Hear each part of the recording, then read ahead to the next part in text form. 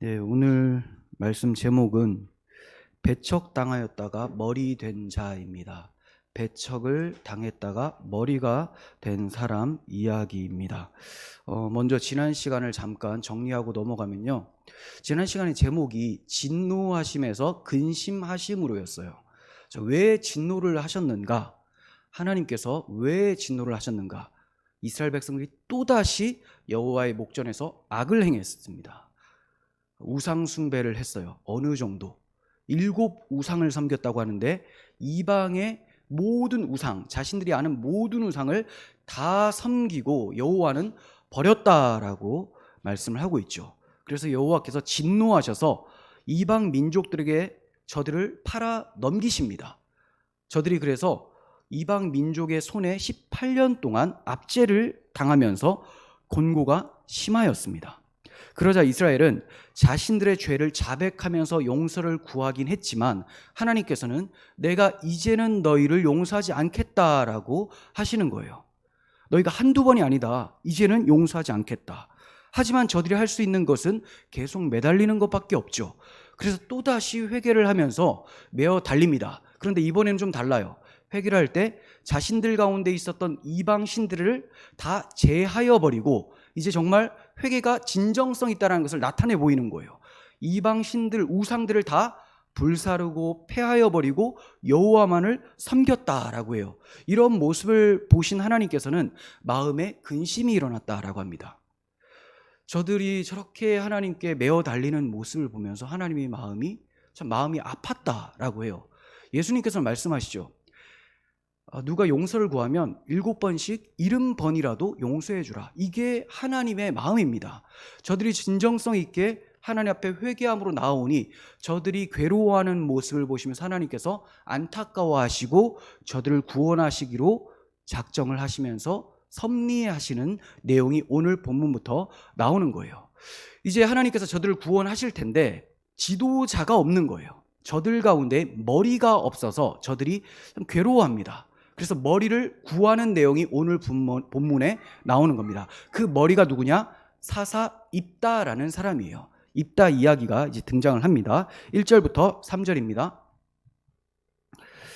길르앗 사람 입다는 큰 용사였으니 기생이 길르앗에게서 낳은 아들이었고 길르앗의 아내도 그의 아들들을 낳았더라. 그 아내의 아들들이 자라매 입다를 쫓아내며 그에게 이르되 너는 다른 여인의 자식이니 우리 아버지 집에서 기업을 얻지 못하리라. 이에 입다가 그의 형제들을 피하여 돕당에 거주하매 잡류가 그에게로 모여와서 그와 함께 출입하였더라 라고 하죠. 자, 이스라엘이 찾던 머리에 대한 설명인데 이름은 입다예요. 입다. 그런데 뜻은 그가 열다예요. 여기서 그는 하나님을 얘기를 합니다. 하나님께서 여시다라는 의미가 입다예요. 입다는 큰 용사였다라고 설명이 되어 있죠. 그런데 이 큰 용사라는 표현은 사사 기드온에게도 있었던 표현이죠. 근데 기드온하고는 좀 달라요. 기드온 같은 경우는 사실 겁쟁이였어요. 근데 여호와의 천사가 나타나서 여호와죠. 주의 사자가 나타나서 그에게 큰 용사여 부릅니다. 자, 이것은 비록 지금은 겁쟁이지만 하나님이 함께 하심으로 용사로 만들어 내시겠다라는 거예요. 그런데 입다의 경우는 처음부터 용사였습니다. 그러니까 이 사람의 기질이 좀 용맹스럽고 담대하고 또 싸움을 잘했었던 사람으로 보여져요. 그래서 명성이 있었던 사람인 거예요. 그러한 입다에게는 인간적인 관점에서 흠이 있었는데 그게 바로 기생의 아들이라는 거예요. 출생이 좀 흠이 있어 보인다는 거죠. 이스라엘 백성들의 여인은 몸을 팔거나 이런 일을 절대로 해서는 안 됩니다. 그런데 그렇게 해서 낳은 아들이었기 때문에 사람들에게 인정받지 못한 사람이었었죠. 그리고 율법적인 관점에서도 이스라엘의 총회에 들어올 수 없는 사람이 바로 서자였어요. 사생자라고 하죠. 정상적인 결혼을 통해서 낳은 아들이 아니라면 이 사람은 총회로 들어갈 수가 없어요. 이스라엘에 소집이 안 됩니다. 이스라엘의 총회에 들어갈 수 없는 사람들이 부류가 좀 있습니다. 첫 번째는 이제 고환이 상한 자, 음경이 잘린 자, 고자죠. 그리고 두 번째는 사생자예요. 그럼 왜 고자들이 들어가지 못하느냐? 이제 아이를 낳을 수가 없잖아요. 그러다 보니까 기업이 없어요. 기업이 없기 때문에 이스라엘 총회에 빠지게 된다라는 것을 얘기를 하는 것이고요. 사생자는 이제 하나님께서 그토록 이제 정상적인 결혼 생활을 원하신다라는 것을 좀 나타내는 거고, 또 이제 한 부류가 누구냐면 암몬 사람과 모압 사람이에요. 암몬 사람과 모압 사람. 그럼 굉장히 아이러니한 게, 지금 입다는 사생자예요. 그러니까 두 번째 부류에 속하죠. 그런데 암몬 사람들도 총회에 들어가지 못해요. 그러니까 총회에 들어가지 못하는 부족한 사람을 들어서 절대로 이스라엘 총회에 들어갈 수 없는 사람들을 벌하시는 하나님을 보게 됩니다. 왜 이토록 부족한 사람을 들어 쓰시는가? 이게 사사기의 특징이라는 겁니다. 아무리 찾아봐도 정상적인 사람이 없다는 거예요. 그래서 출생 신분은 부족하지만 여호와를 신실하게 믿고 있었던 입다를 들어서 사용하셨다는 겁니다. 자, 그리고 입다는 이복 형제들에 의해서 배척을 당하게 됩니다. 기생의 아들이었던 그는 아버지로 받을 유산이 없었습니다. 기업이 없어요. 그는 형제를 피해서 요단 동편에 있는 돕당이라는 곳으로 가서 거주를 하게 되는데요. 이때 그와 함께하는 부류들이 또 있어요. 잡류라고 해요. 딱 들어봐도 이상하잖아요. 잡다한 부류라는 건데, 이 단어가 레크 에노시예요. 에노시는 사람이라는 거고요. 레크는 무가치한, 공허한. 그래서 흔히 건달이나 좀 윤리적으로 타락한 사람들을 잡류라고 해요. 그런데 여기서는 그런 사람들이라기보다는 아둘람 굴의 다윗에게 온 사람들과 같은 좀 가난하고 출생 신분이 부족하고 어려움을 겪는 사람들이 모였다라고 보는 것이 좋을 것 같습니다. 그러니까 입다와 같은 처지의 사람들이 모였던 거예요. 자, 이런 사람들이 이제 모여서 입다를 중심으로 좀 세력을 확장하면서 힘을 키우고 있었던 것으로 보여져요. 정리해보면 입다는 기생의 아들이고 이복 형제들에게서 쫓겨나서 기업을 전혀 받지 못하는 상태, 그리고 잡류들과 함께 거주하고 있었던 사람이었습니다. 하나님께서는 이런 비참한 입다의 앞길을 열어주시고 이스라엘의 사사가 되게 하신 거예요. 자, 입다라는 이름이 뭐라고요? 하나님께서 여시다. 그의 길을 여시고 그를 사사로 세워주시는 하나님을 보게 됩니다. 우리는 아무리 비천한 신분일지라도 또 비참한 환경일지라도 하나님께서 은총과 권능으로 그를 사용하시고자 하신다면 그 사람은 귀하게 쓰임을 받을 수 있는 사람이 되는 거죠. 그래서 나의 처지가 지금 어렵다, 내가 출생이 문제가 있고 내 환경이 부족하다라고 할지라도 낙심할 필요가 없습니다. 입다와 같은 사람을 하나님께서 쓰셨다라는 거예요. 무엇을 보십니까? 중심을 보신다라는 거죠. 중심.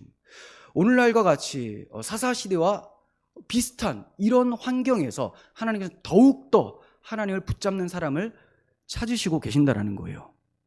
입다가 이스라엘의 머리로 세워지는 배경을 계속해서 살펴보도록 하겠습니다. 자, 얼마 후에, 즉 암몬이 이스라엘을 압제한 지 18년째 되는 해에 암몬 자손이 이스라엘을 공격하려고 합니다. 그러자 길르앗 장로들이, 지도자들이죠, 이 길르앗 장로들이 큰 용사였었던 입다를 생각하게 돼요.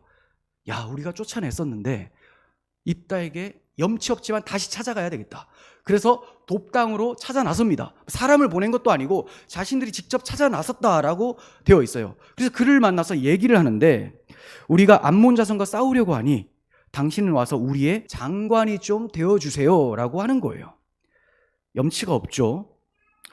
본문의 핵심 단어 중 하나가 머리입니다. 장관이라는 단어예요. 두 단어가 다르지만 의미는 거의 비슷합니다. 머리와 장관. 이방의 압제를 받고 있었던 이스라엘에게 정말로 필요한 사람은 지휘관이었죠. 그런데 지휘관이 원래는 누굽니까? 하나님이잖아요. 하나님을 놓치고 사람의 지휘관을 세우고자 하는 이들의 모습을 보게 됩니다. 어쨌든 저들에게는 지휘관이 필요했습니다. 이와 같이 세상의 모든 인간들에게는 사탄의 노예가 되어 죽기를 무서워함으로 일평생 종노릇하는 모든 사람들을 구원해 줄 머리가 필요한 것입니다. 그 머리는 바로 예수 그리스도시죠. 우리는 머리를 찾는 이스라엘 백성들을 보면서 우리의 머리로 예수 그리스도를 보내주신 하나님께 영광을 돌릴 수 있어야 되는 거예요. 저들은 자신들의 힘으로 머리를 찾아 나섰지만 부족한 머리입니다. 하나님께서 입다를 사용하시긴 하셨지만 그가 절대적인 머리, 영원한 머리는 될 수가 없었던 것이죠. 하지만 우리가 예수 그리스도를 찾지도 않았음에도 불구하고 하나님께서는 그 머리를 우리 가운데 보내주셨던 거예요. 그래서 교회의 머리는 바로 예수 그리스도이신 것이죠. 이런 하나님께 영광을 돌릴 수 있는 우리들이 되었으면 좋겠습니다. 자, 7절을 보시면 입다가 길르앗 장로들에게 이르되 너희가 전에 나를 미워하여 내 아버지의 집에서 쫓아내지 아니하였느냐? 이제 너희가 환난을 당하였다고 어찌하여 내게 왔느냐? 화가 났죠. 상당히 불쾌합니다. 저 같아도 화가 날 것 같아요. 물론 기분이 살짝 좋을 수는 있어요. 지금 당장에는 불쾌하지만 어쨌든 나의 진가를 알아본 것이 아닌가, 이런 생각이 들 겁니다. 너희가 전에는 나를 미워했는데 어째서 너희가 힘들다고 지금 찾아와서 이렇게 나한테 부탁을 하느냐라고 말을 하죠. 실제적으로 입다를 미워했었던 사람들은 장로들이 아니라 그의 형제들이었잖아요. 이복 형제들. 그런데 왜 장로들한테 이렇게 따지고 있는가?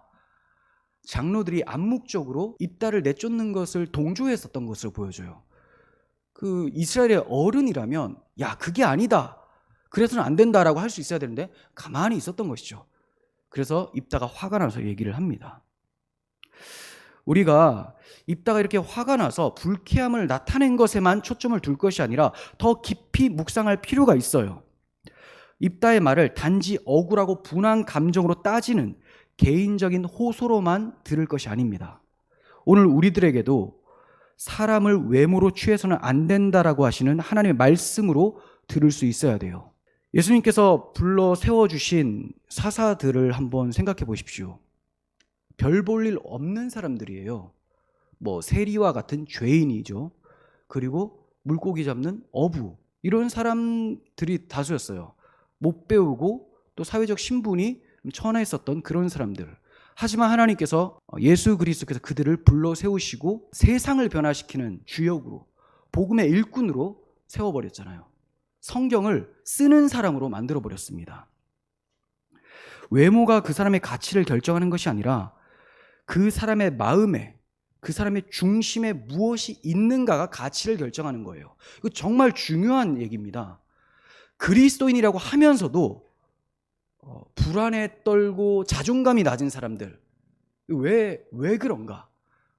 자신의 가치가 내 수중에 무엇이 있고 없고, 그리고 내가 어떠한 신분이고 어떠한 출생이고 나의 재력이 어떠한 것이고 내가 명예가 있느냐, 이런 것에 매여 있기 때문에 그렇다라는 거죠. 근데 이게 정말 이런 데 매여 있다면 예수의 사람이라고 할 수 있느냐? 그리스도인의 진정한 가치는 그들 가운데 보물이 있기 때문이거든요. 썩어질 땅의 보물이 아니라 하늘의 보물, 예수 그리스도죠. 지극히 귀한 보배로운 산돌 되시는 그리스도를 담았기 때문에 우리가 가치 있는 거예요. 사람들이 너 가치 없다, 너 왜 그렇게 사냐라는 것이 중요한 게 아니라 하나님께서 보실 때 어떻게 가치를 평가하느냐가 중요한 거예요. 그 가치 평가 때문에 천국과 지옥이 결정되어지는 겁니다. 수중에 아무리 큰 재산이 있어도, 세상 사람들에게 유명할지라도 예수의 이름이 없고 예수의 생명이 없다면 그 사람은 가치 없는 자로서 지옥에 가게 됩니다. 여러분들은 그리스도로 거듭났잖아요. 그리스도의 생명을 가지고 있고 십자가 복음을 붙들고 있고 그리스도의 눈을 가지고 세상을 보는 기독교 가치관을 가지고 있는 사람 아닙니까? 그렇다면 담대할 수 있어야 되고 자존감이 높아야 됩니다. 높아야 돼요. 사도 바울 감옥에 갇혀도 자존감이 높았어요. 매를 맞아도 자존감이 높았습니다. 그 사람의 가치는 자기 안에 계신 그리스도였기 때문이에요. 그런데 오늘날 교인들이 어떻습니까? 가치를 외부에서 찾아요. 그러다 보니까 자신도 낙담하게 되고 사람들을 볼 때도, 교인들을 볼 때도, 형제 자매를 볼 때도 외모로 평가를 해요. 야, 저 사람은 아버지가 누구래? 저 사람은 재산이 얼마나 있대? 저 사람은 출신이 어떻대? 학력이 어떻대? 야, 서울대 다닌 사람이 왔어. 야, 재력가가 사업을 경영하는 사람이 왔어. 이거 환영하는 거예요.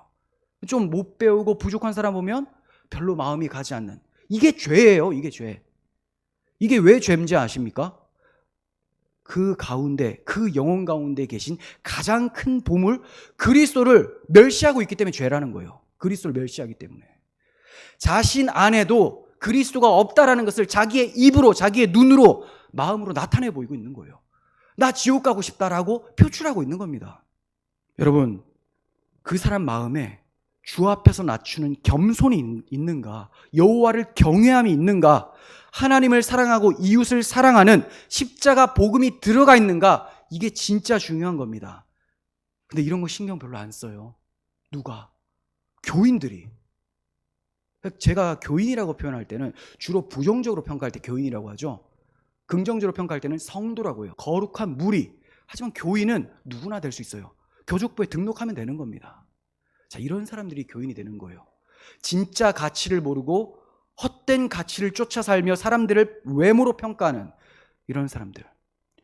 이스라엘의 장로들이 그랬고 입다의 이복 형제들이 그랬습니다. 이런 사람들은 예수님이 초라한 모습으로 지금 오셔도 예수님을 배척할 사람들이에요. 우리에게 교훈하시는 하나님의 말씀을 보겠습니다. 고린도후서 10장 7절. 너희는 외모만 보는도다.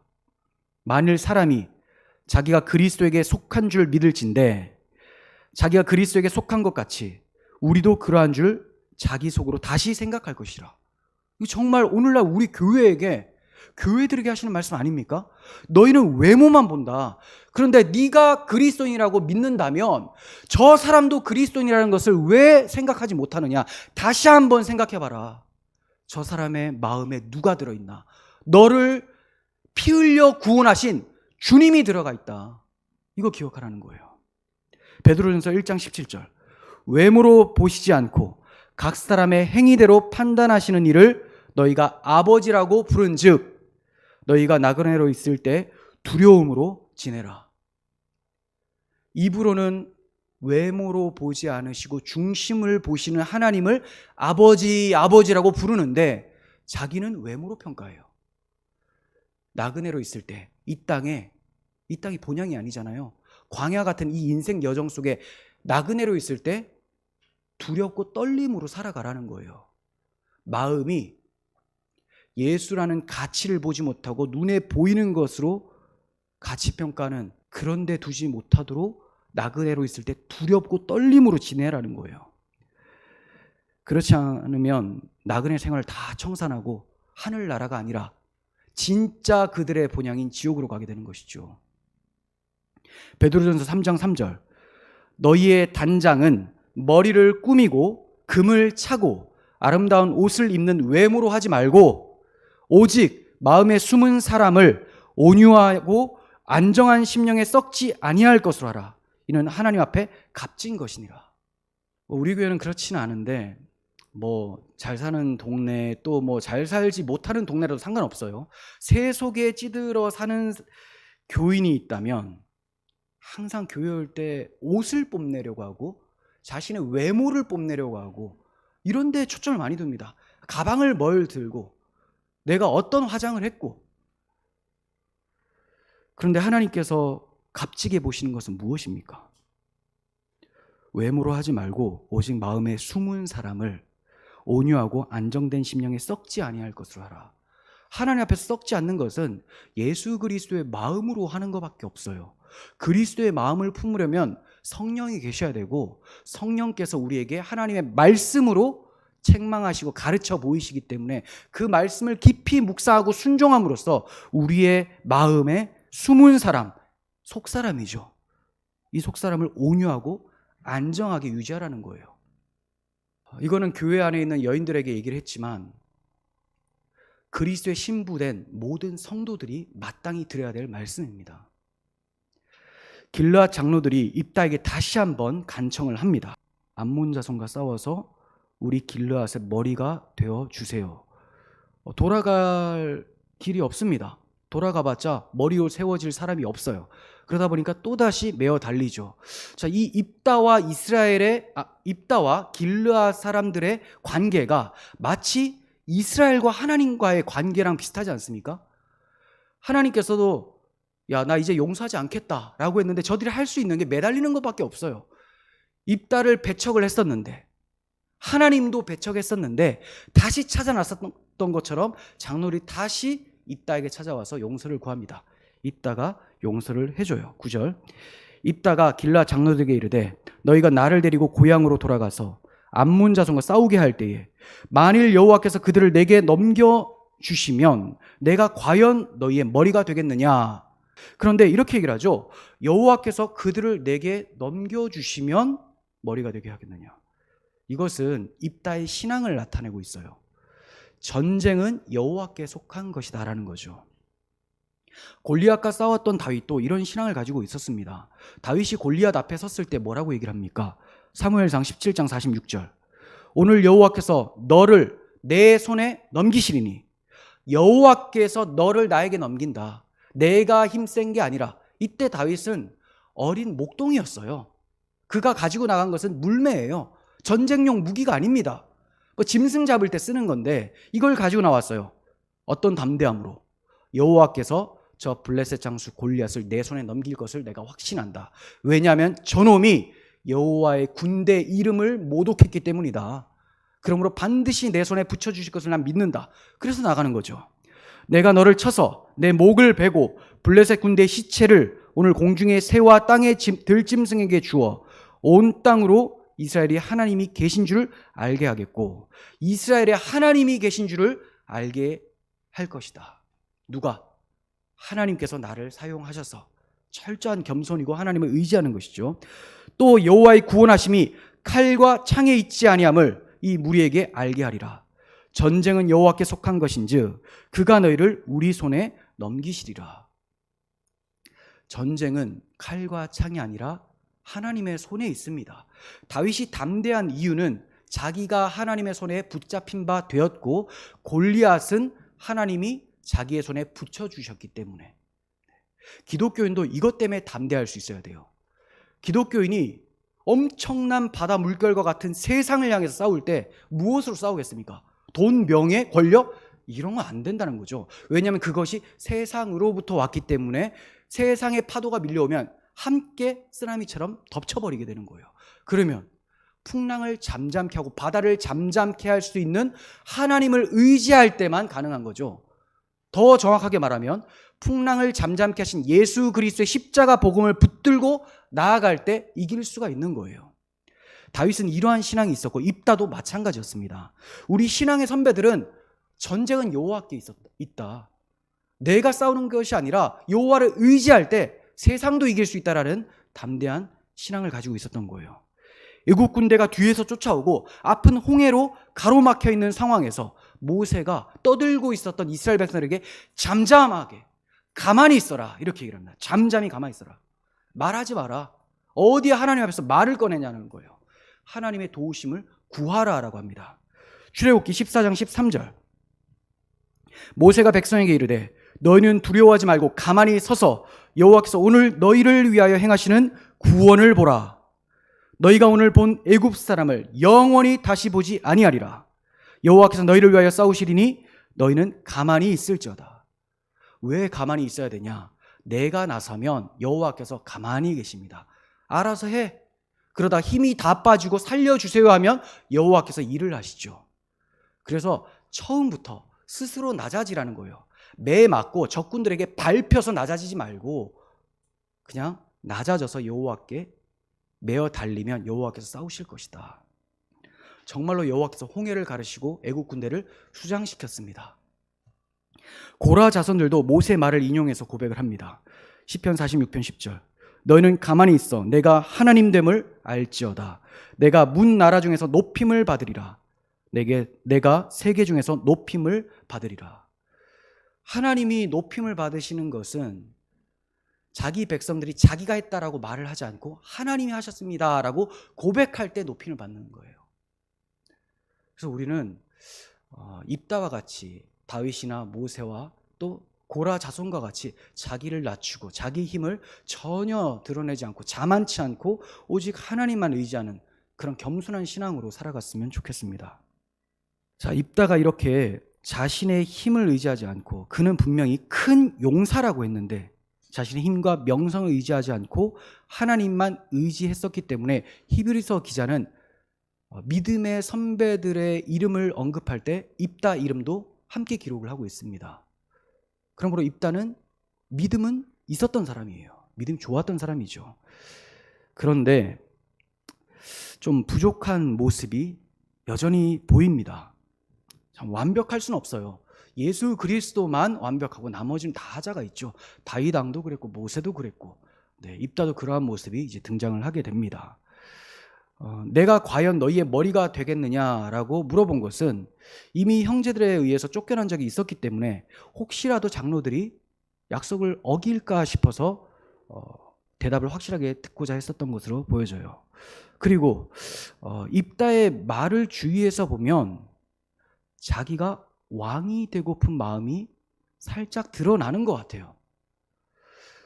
내가 이렇게 여호와를 통해서 이기고 돌아오면 머리로 삼아 주겠느냐? 이상하지 않습니까? 야, 이거 만약에 이겼다면 그건 여호와께서 이기게 하신 것이기 때문에 너희의 머리가 여호와이신지를 이제 인정하겠느냐? 이렇게 말했어야 마땅하죠. 근데 여호와께서 저들을 내 손에 붙여주시면 내가 돌아올 때 너희가 나를 머리로 삼아 주겠느냐? 이상하다라는 거예요. 신앙이 있긴 있었는데 이 사사기 시대의 유혹이 이렇습니다. 그때 왕이 없으므로 각자 자기의 소견에 옳은 대로 행하는 모습, 여기에 사사들까지 노출이 되고 있는 거예요. 기드온의 말년도 그랬잖아요. 사사들의 말년이 다 왕처럼 사는 모습이 나타나지 않습니까? 우리가 사사들, 소사사들도 다 살펴봤잖아요. 2명 빼고는 다 하자가 있었습니다. 입다도 이러한 모습이 나타나고 있어요. 그런데 오늘날에도 비슷합니다. 귀하게 쓰임 받으셨던 목사님들이 말년에 가서 스스로를 높이는 데 마음을 쏟는 모습을 종종 보게 되죠. 그래서 말년이 좋지 않은 모습들 때문에 참 안타까운 모습이 나타납니다.